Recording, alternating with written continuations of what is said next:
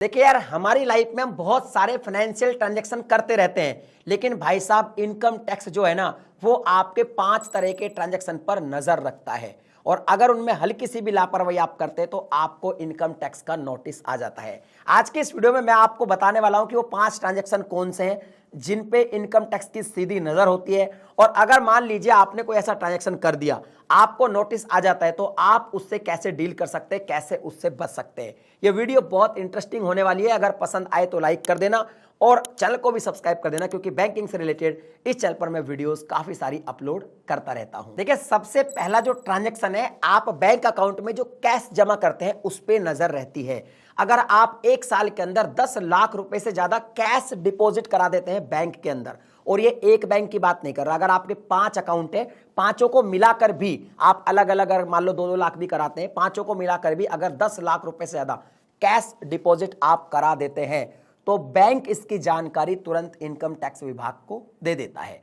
क्योंकि 10 लाख रुपए कैश जमा कराने पर इनकम टैक्स आपको एक नोटिस भेजता है और आपसे कहता है कि इसको आपको अब जस्टिफाई करना पड़ेगा कि ये कैश आपके पास कहां से आया और ये क्या इसका टैक्स आप भर चुके हैं, नहीं भर चुके हैं। और अगर आप जस्टिफाइड नहीं कर पाते हैं, 10 लाख से ऊपर अगर आप सेविंग अकाउंट की बात चल रही है यहां पे, तो भाई साहब 60% आप पर टैक्स लगेगा, 25% यहां पे सरचार्ज लगेगा और 4% सेस लगेगा। तो ये ध्यान रहे कि आप सारे अकाउंट जितने भी अलग अलग बैंकों में सेविंग अकाउंट है, उन सब में मिलाकर 10 लाख रुपए से ज्यादा एक एनुअल ईयर में कैश डिपॉजिट नहीं करवा सकते, क्योंकि अगर करवाएंगे तो आपके साथ ये सारी प्रॉब्लम होगी और फिर आपको जस्टिफाई करना पड़ेगा। और अगर मान लीजिए आप कोई नॉर्मल व्यक्ति नहीं है, आप एक बिजनेसमैन है, आप अब सेविंग अकाउंट यूज नहीं करते, करंट अकाउंट यूज करते हैं, तो ये लिमिट करंट अकाउंट में भी है, लेकिन वहां पर 10 लाख की लिमिट नहीं है, वहां पे लिमिट है 50 लाख की। अगर आप अपने करंट अकाउंट में 50 लाख रुपए से ज्यादा कैश डिपॉजिट करा देते हैं,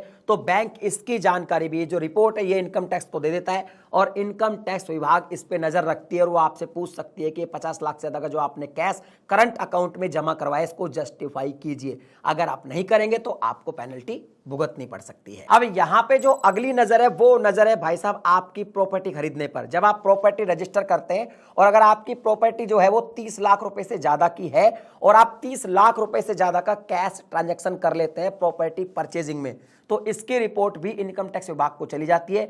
इनकम टैक्स विभाग आपसे पूछ लेता है, अगर आपका अकाउंट में पूरी चीजें क्लियर है और आप क्लियर से जस्टिफाई कर पाते हैं कि हाँ 30 लाख रुपए से ज्यादा जो कैश मैंने प्रॉपर्टी परचेज करने में ट्रांजैक्शन किया है वो कैसे कैसे किया है, तो ठीक है। लेकिन अगर आपका सोर्स क्लियर नहीं है तो आपको पेनल्टी भुगतनी पड़ सकती है। अगर आप क्रेडिट कार्ड यूज करते हैं, चाहे आपके पास एक क्रेडिट कार्ड हो और चाहे आपके पास मल्टीपल क्रेडिट कार्ड हो, पूरे साल में सारे क्रेडिट कार्ड का जो बिल आप जमा कराते हैं, तो आपने देखा होगा बहुत सारे लोग क्रेडिट कार्ड का बिल कैश डिपॉजिट करते हैं, कैश में जमा कराते हैं।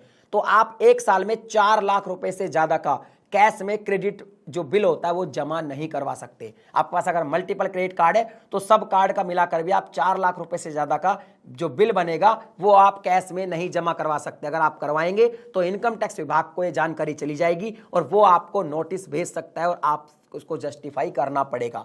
तो अगर आप क्रेडिट कार्ड का बिल जमा कराते हो तो भैया ऑनलाइन कराएं, सबसे बेस्ट है। मैं काफी सालों से क्रेडिट कार्ड यूज करता हूं, मल्टीपल क्रेडिट कार्ड यूज करता हूं, लेकिन मैं कभी कैश में उसका बिल पे नहीं करता। सारा का सारा जो बिल है वो हमेशा ऑनलाइन ही पे करता हूं, ताकि मैं बिल्कुल भी सेफ रहूं। और अगर आप म्यूचुअल फंड, शेयर्स वगैरह में इन्वेस्टमेंट करते हैं तो आप 1 साल में 10 लाख रुपए से ज्यादा का कैश इन्वेस्टमेंट नहीं कर सकते। अगर आप 10 लाख रुपए से ज्यादा का कैश में इन्वेस्टमेंट कर देते हैं शेयर्स में, म्यूचुअल फंड आदि में, तो भी ये जानकारी इनकम टैक्स विभाग को चली जाती है और इनकम टैक्स विभाग फिर आपको नोटिफिकेशन भेज सकता है। तो इसमें भी आपको थोड़ा ध्यान देना है कि आपको यहां भी कैश में काम नहीं करना है। अब यहां पे बात करते हैं कि अगर मान लीजिए आपसे कुछ ऐसा हो जाए और आपको नोटिस आ जाए तो आप क्या डील कर सकते हैं। तो देखिए, सिंपल सा है कि इनकम टैक्स विभाग जब आपको नोटिस भेजता है तो वो सिर्फ इसलिए भेजता है बिकॉज आपके जो भी सोर्सेज थे वो क्लियर नहीं थे और बैंक की तरफ से अब रिपोर्ट उनके पास सबमिट की गई तो उसको डाउट हुआ और उसने आपको नोटिस भेजा।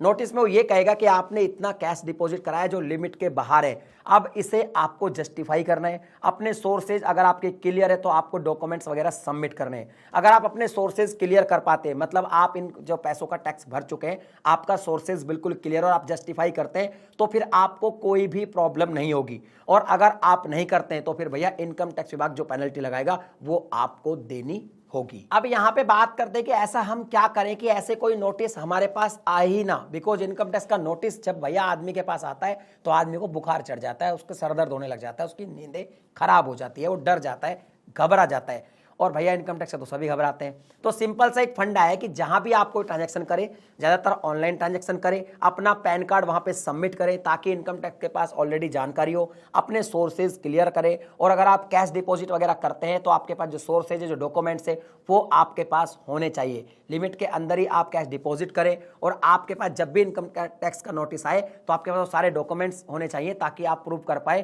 कि हाँ मैं इन पैसों का टैक्स भर चुका हूं, ये मेरे सोर्सेज बिल्कुल क्लियर है। अगर आप ऐसा करेंगे और ज्यादातर ऑनलाइन ट्रांजैक्शन करेंगे तो फिर आपको इस तरह के कोई नोटिस नहीं आएंगे और आप इनसे बच जाएंगे। आपको कभी इनकम टैक्स विभाग से कोई भी नोटिस या मैसेज आया है क्या? मुझे कमेंट सेक्शन में लिख के बताइए। मैं मिलता हूं अगली वीडियो में नए टॉपिक के साथ, तब तक के लिए जय हिंद।